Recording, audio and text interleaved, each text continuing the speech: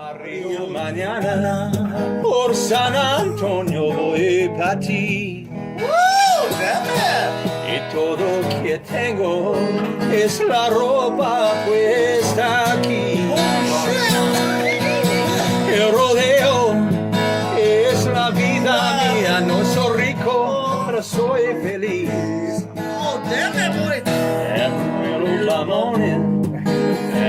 Do that verse again. Español. Lost. En español. Well, my dad was a cowboy, and I was too. I've had a lot of fun with cowboys. I'm still going. I'm 94 years. I got good running, you know, the way I am, but sometimes, you know, it's hard.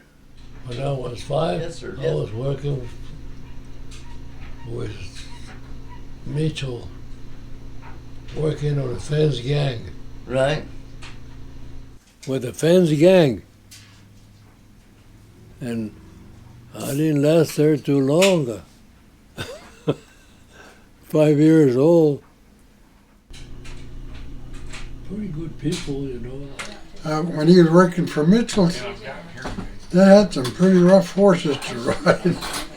And he always talks about one horse that really liked to buck.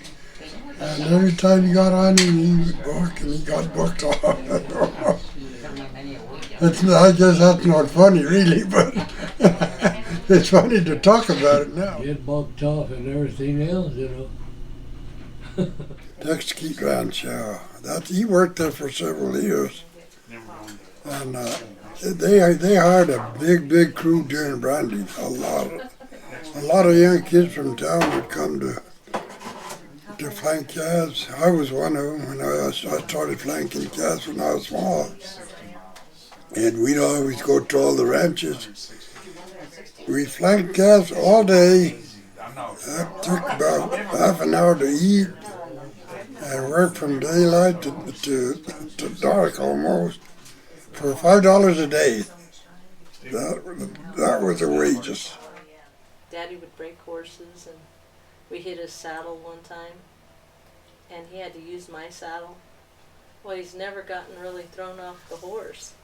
Well, he put my saddle on the horse that time because he was going to break him, and come find out the horse threw him off with my saddle. He was so mad at me. He said, I don't know what happened to my saddle. So after he got thrown off the horse, we had to say, Dad, we hid your saddle from you.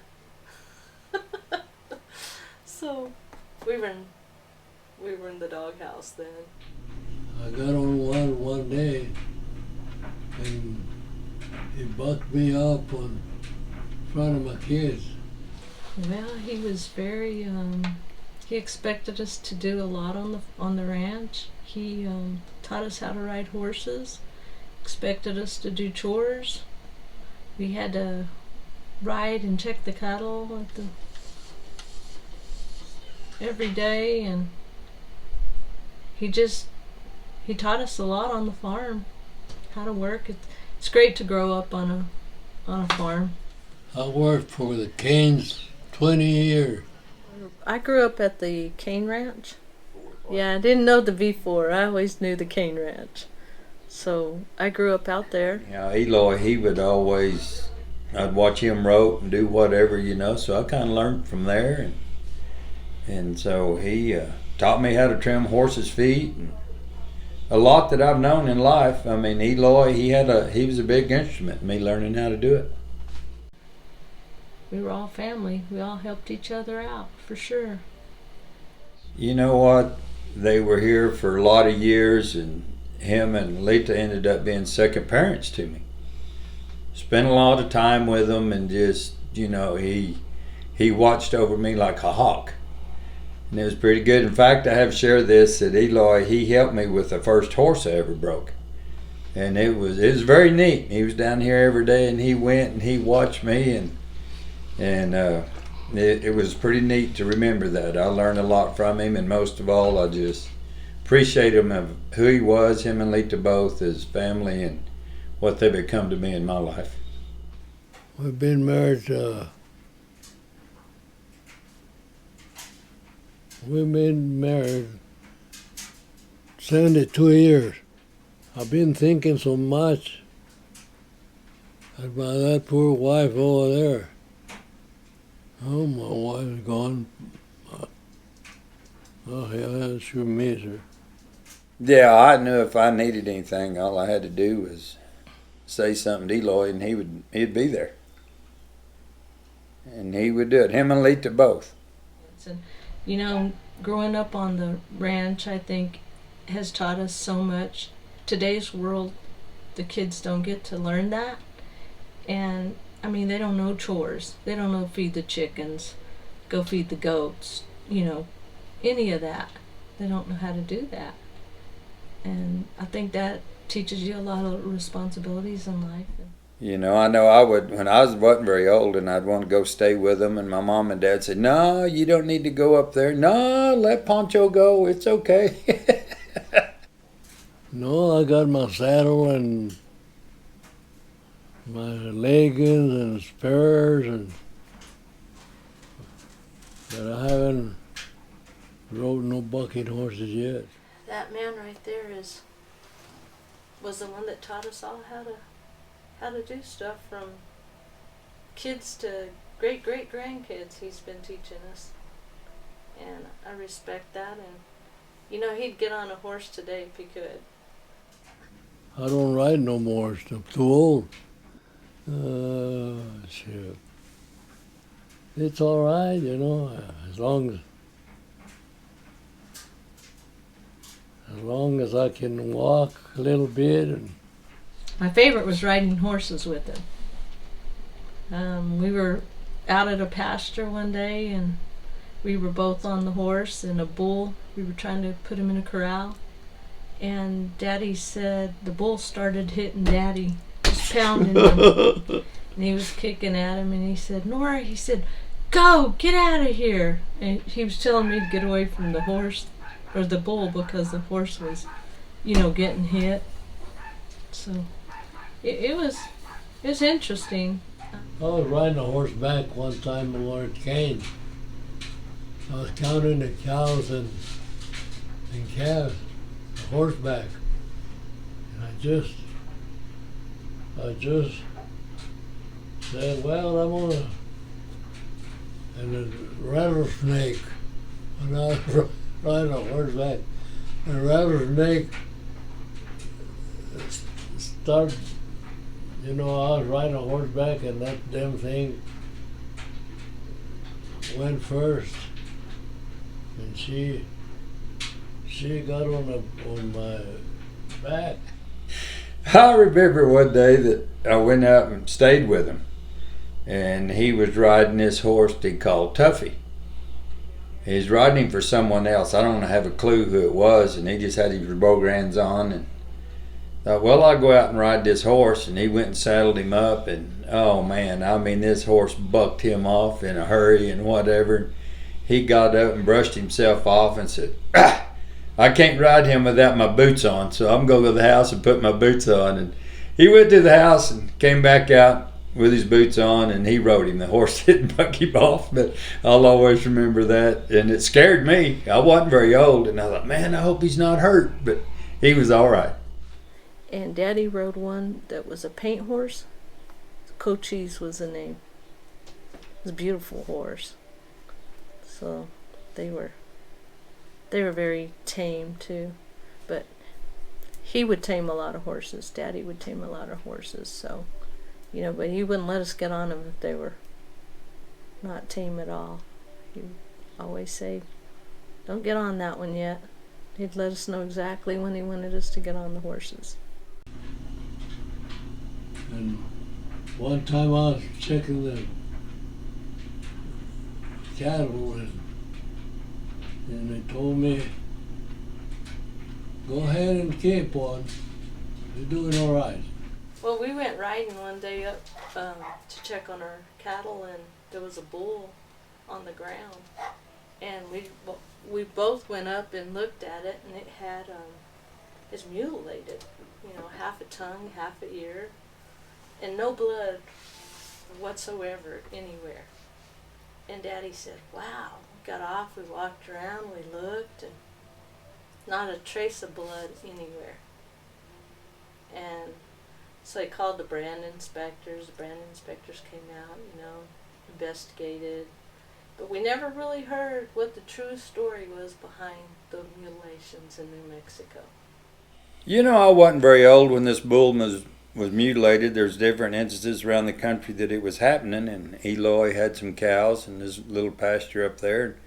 He found his bull dead, and they'd mutilated him and took the organs off of him, whatever, and left the rest there. So we never did. We turned it in to the livestock board. And they checked it out and whatever, but they didn't know anything about it. You know, unless you see somebody do it or catch them, there's no proof of anything. So it was a weird deal. So other than that, I don't know anything else about it. Horse bucked me up. That's why I got that. I fell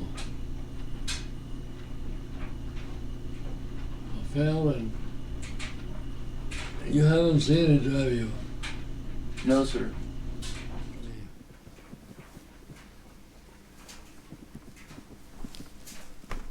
Show my back. His back. He wants to show you his spine. Oh, damn. Yeah, right there. Wow. That's it. That's it. Oh.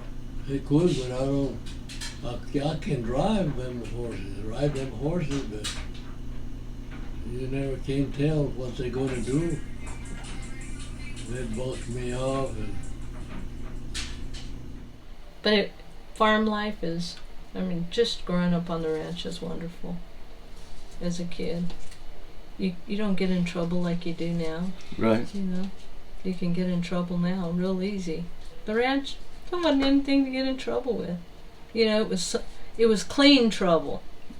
You'd rope the chickens. I was thinking the rope out there.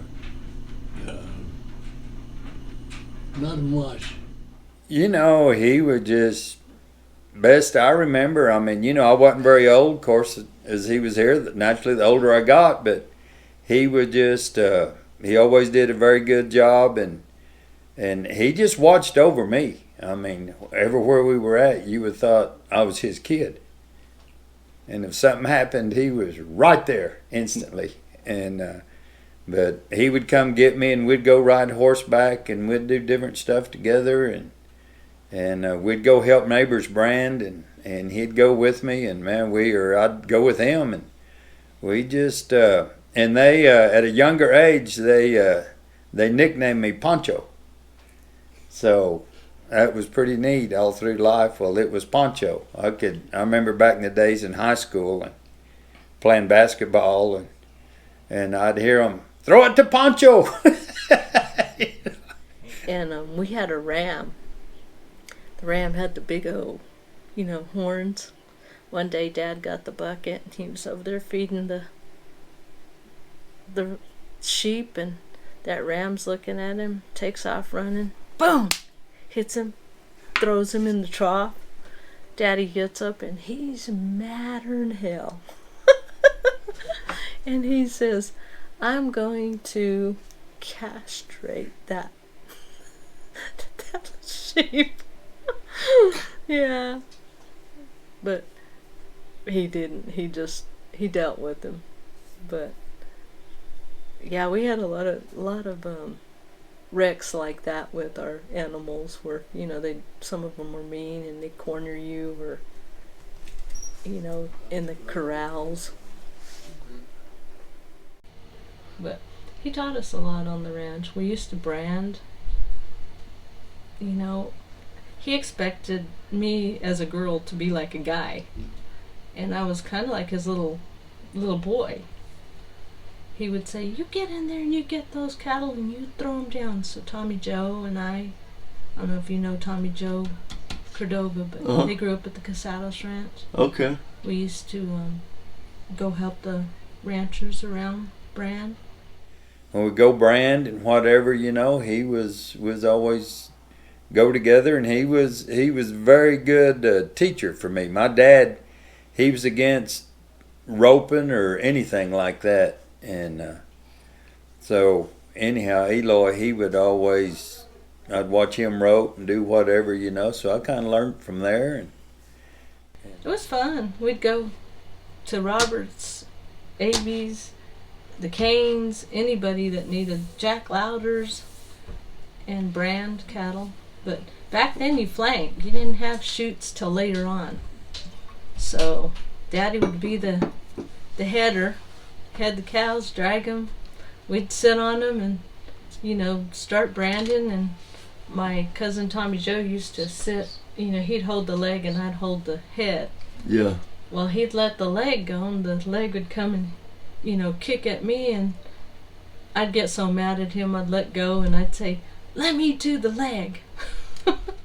How you doing, I just can't imagine what 95 would be. She made it up for your birthday. I mean, Well, hello. well, hello. Oh my How are you? I goodness! told Grandpa I brought him a Look at pussy. this one. How are you? I'm good. You? Doing Hi, good. baby. That's Cooper. We had to get one of the puppies back. Cute.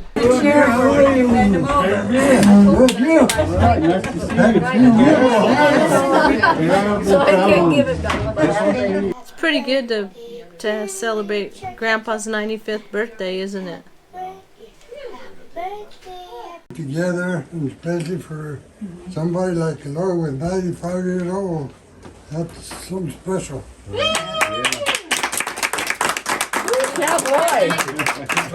Birthday to you. Happy birthday to you. Happy birthday, dear Nora. Happy birthday to you.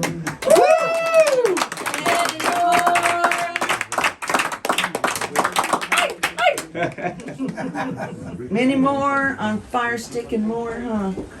Hello. That's the grandson. He's only got one grandson. That's Stephen. It's my brother's son. And then he's got 3-4 great-greats. So.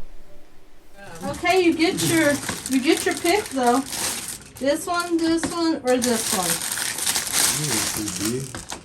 But you gotta pick one. Pick one for your candles. You can share it with me. You want this one? I gotta show you this. Daddy's 95 today, right? Mm-hmm. So you're gonna put 59? Yeah. He's 95 today. Guess who's 59?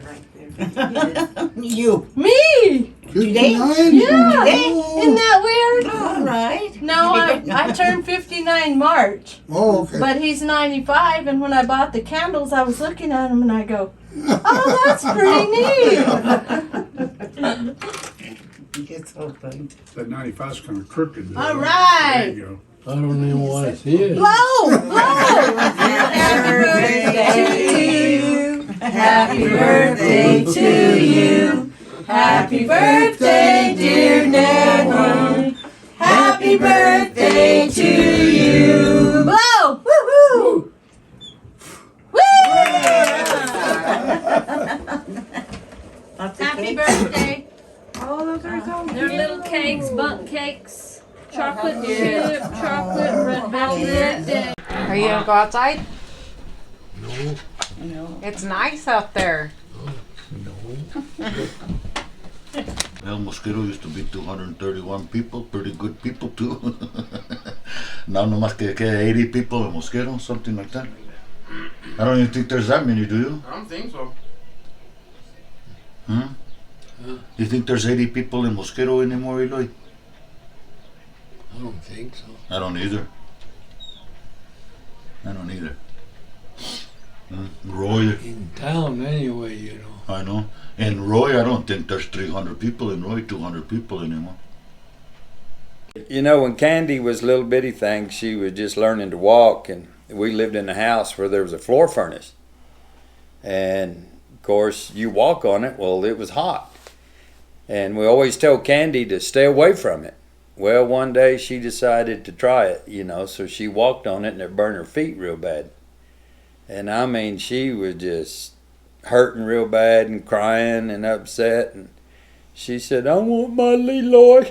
As if he was going to come take the pain away, I guess. But he was always very good to her, but she always enjoyed seeing Eloy.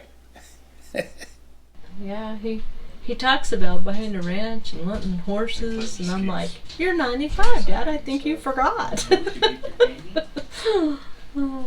He forgets he's 95. You're a legend, Grandpa. Hmm? You're a legend. Legends never die. Out from San Antonio, everything that I've got is just what I got on. When the sun is high in the Texas sky, I'll be bucking at the county fair. Like this, Trav, like this. Amarillo by morning,